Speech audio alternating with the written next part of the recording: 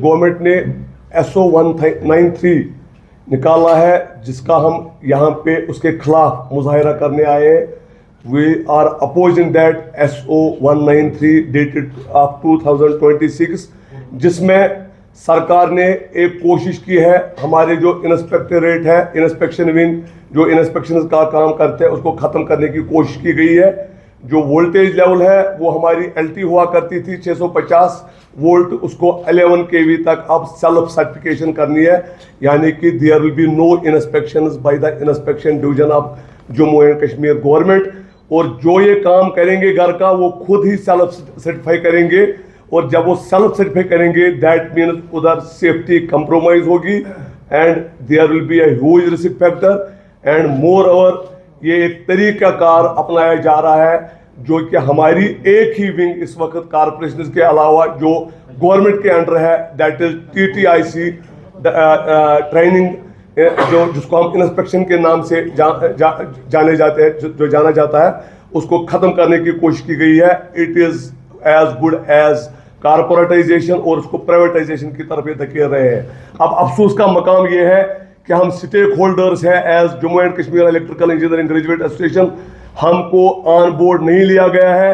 2018 में हमारा JK ईगा, जिसमें मैं सिग्नेटरी था और Hriday Kumar ji as commissioner secretary power थे, एक MOM हमने साइन किया कि as and when there will be any corporatization, as and when जब भी कभी रिफॉर्म होगा या कोई चेंज एग्जिस्टिंग पावर स्ट्रक्चर में होगी, तो आपको ऑन बोर्ड लिया जाएगा। ना हमारे कमेंट्स लिए गए, ना KPDCL के, ना JPDCL के, या न किसी स्टेक होल्डर के। हाँ, ये जरूर किया गया है कि इस SO के तहत चार्टर्ड इंजीनियर और चार्टर्ड अकाउंटेंट रखे जाएंगे।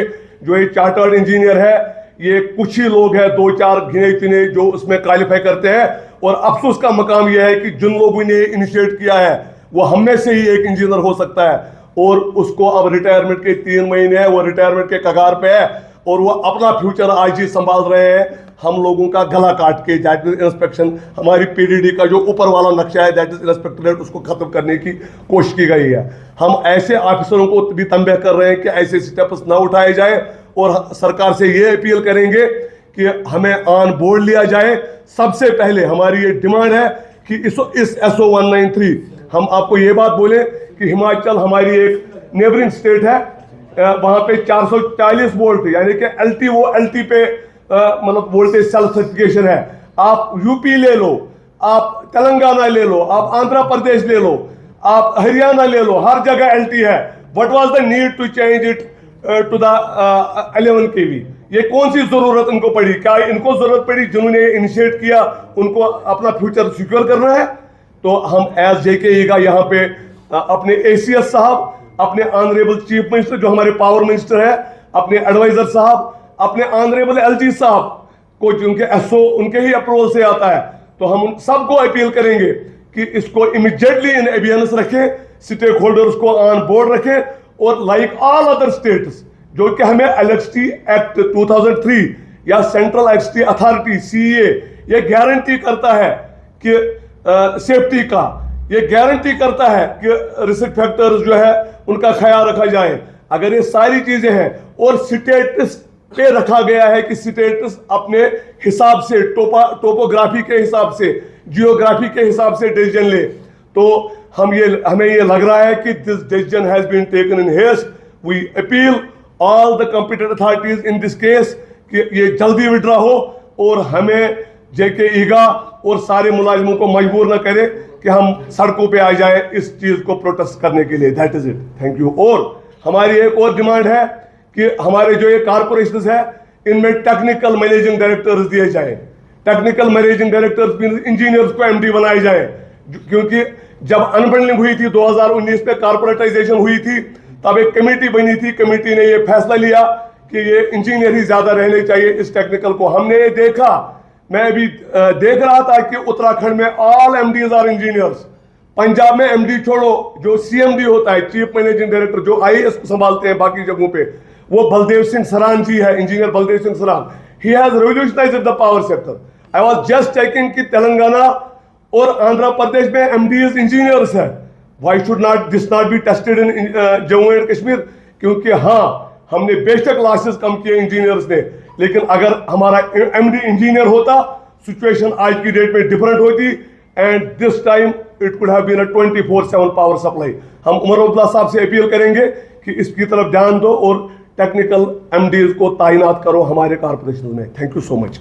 सर ये जानना चाहेंगे थोड़ा बहुत इसकी वजह चाहिए, जो एसओ है जो इंस्पेक्शन भी खत्म की जा रही है, इससे क्या कुछ कॉन्सिक्वेंसेस आप आगे जाके होंगे, और जो सेल्फ सर्टिफिकेशन आप कह रहे हैं वो क्या कुछ है? सेल्फ सर्टिफिकेशन मीन्स अगर देखिए कहीं पे अभी जम्मू कश्मीर का power sector it is not in the final stages. You have yourself seen कि हमारा अभी कुछ जगहों पे ट्रांसफार्मर बहुत गलत जगहों पे लगे हैं, जो जिनको हम पहले इंस्पेक्शन करते हैं और फिर इंस्पेक्शन के बाद हम सर्टिफिकेट देते हैं कि दिस इज फिट, और बहुत सारी डेथ्स होती है। इसके बावजूद भी जब आप इंस्पेक्शन विंग, जब इंजीनियर्स इसको, जब एम्प्लॉइज उसको चेक ही नहीं करेंगे वेदर इट इज फिट और not to be installed after installation, आप बताएं कितने खतरे लायक है। सबसे पहले ये सेफ्टी को हिट करता है। दूसरी चीज, जो हमारी एक ही गवर्नमेंट डिपार्टमेंट है पीडीडी का, अब बाकी कॉर्पोरेशन बन गई है, that is this director TTIC. TTIC means training test and inspection division. जो ये हमारा डिवीजन है, इसका 99.9% काम खत्म हो जाएगा, क्योंकि हम अदरवाइज ही 11 kV तक यही इंजीनियर्स है।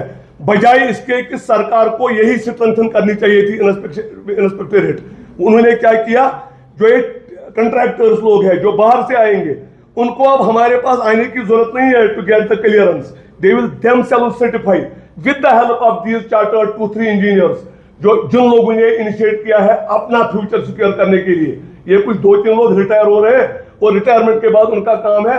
आप मुझे बताइए, जब इतनी बड़ी विंग पूरे जेएंडके को कैटर नहीं कर रही, how can these 2 engineers cater to the whole of Jammu and Kashmir? This looks to be a very big issue.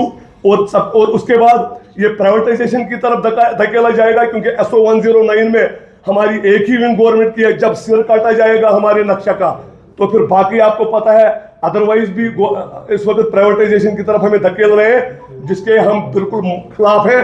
और सरकार से अपील करेंगे कि हम स्टेक होल्डर्स हैं, स्टेक होल्डर्स को ऑन बोर्ड लो। अगर आपको है सच में प्रॉब्लम तो देखिए, हमारे साथ बैठिए, डिस्कस करिए।